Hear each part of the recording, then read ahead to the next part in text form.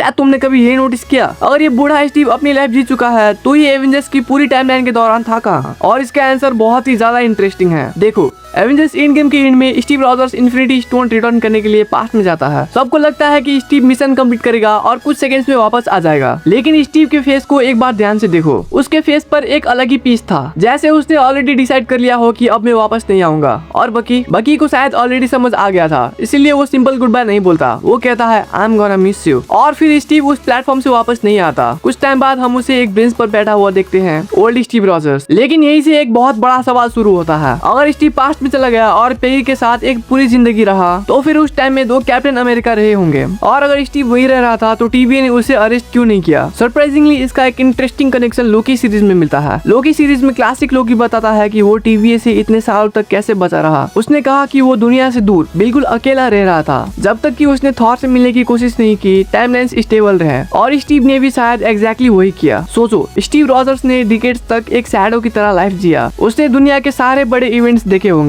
War, shield के dark secrets, Avengers की battles और थैनोस तक की डिस्ट्रक्शन। लेकिन उसने कहीं भी कभी भी किसी भी चीज में इंटरफेयर नहीं किया। क्यों? क्योंकि अगर स्टीव कोई मेजर इवेंट को चेंज करता तो टाइमलाइंस का पूरा बैलेंस बिगड़ सकता था और फिर टीवी उसे अरेस्ट कर लेती। और शायद इसीलिए वो दुनिया से छुप कर रहा। और लिटरली इस थ्योरी का प्रूफ हमें पिछले MCU के मूवीज में देखने को मिला है। सबसे इंटरेस्टिंग क्लू मिलता है पेगी कार्टर से। जब पेगी हॉस्पिटल में अपनी आखिरी सांस ले रही होती है तो वो स्टीव को बताती है कि कैप्टन अमेरिका ने एक सोल्जर की जान बचाई थी, जो कि बाद में उसका हस्बैंड बना था। और सवाल ये है कि क्या वो हस्बैंड एक्चुअली स्टीव रॉजर्स था? और फिर एंटमैन में पेगी के अपीयरेंस को देखो, उसके हाथ में एक वेडिंग रिंग नजर आती है। और फिर जब कैप और टोनी टाइम ट्रैवल करके शील्ड के अड्डे पे जाते हैं तो वहाँ स्टीव पेगी के डेस्क पे अपना यंग फोटो दिखता है। और फिर वही बात, एक मैरिड वुमेन अपने डेस्क पर अपने पुराने लव की फोटो क्यों रखेगी जब तक कि वो ओल्ड लव एक्चुअली उसका हस्बैंड ना हो? और पेगी के फाइनल मोमेंट्स में भी एक बहुत ही इंटरेस्टिंग डिटेल छुपी हुई है। हमें उसके और उसके बच्चों की फोटोज देखने को मिलती है, लेकिन उसके हस्बैंड की कोई फोटो नहीं होती। तो हो सकता है कि स्टीव रॉजर्स ने अपने आप को पूरे दुनिया से छुपाया रखा सिर्फ पेगी के साथ रहने के लिए, उसके साथ एक पीसफुल लाइफ जीने के लिए। पर अब ये देखना बहुत ही इंटरेस्टिंग होगा कि एवेंजर्स डूम्सडे के ट्रेलर में दिखाया गया स्टीव क्या हमारा ओरिजिनल स्टीव है जो कि पास्ट में चला गया था? और अगर ये वही स्टीव है तो फिर ये देखना बहुत ही ज्यादा इंटरेस्टिंग होगा कि वो लोग ये एग्जीक्यूट कैसे करेंगे। पर एट द एंड शायद स्टीव का सबसे बड़ा सेक्रीफाइस थैनोस के अगेंस्ट फाइट करना नहीं था, बल्कि डिकेड्स तक अपनी आइडेंटिटी छुपा कर रखना था। Because Steve finally got the one thing जो उसने हमेशा डिजर्व किया था, पेगी के साथ एक नॉर्मल लाइफ। और अगर तुम्हें मार्वल की ऐसी हिडन थ्योरीज और डिटेल पसंद है तो वीडियो को लाइक करो और अगले वीडियो के लिए चैनल को सब्सक्राइब करो।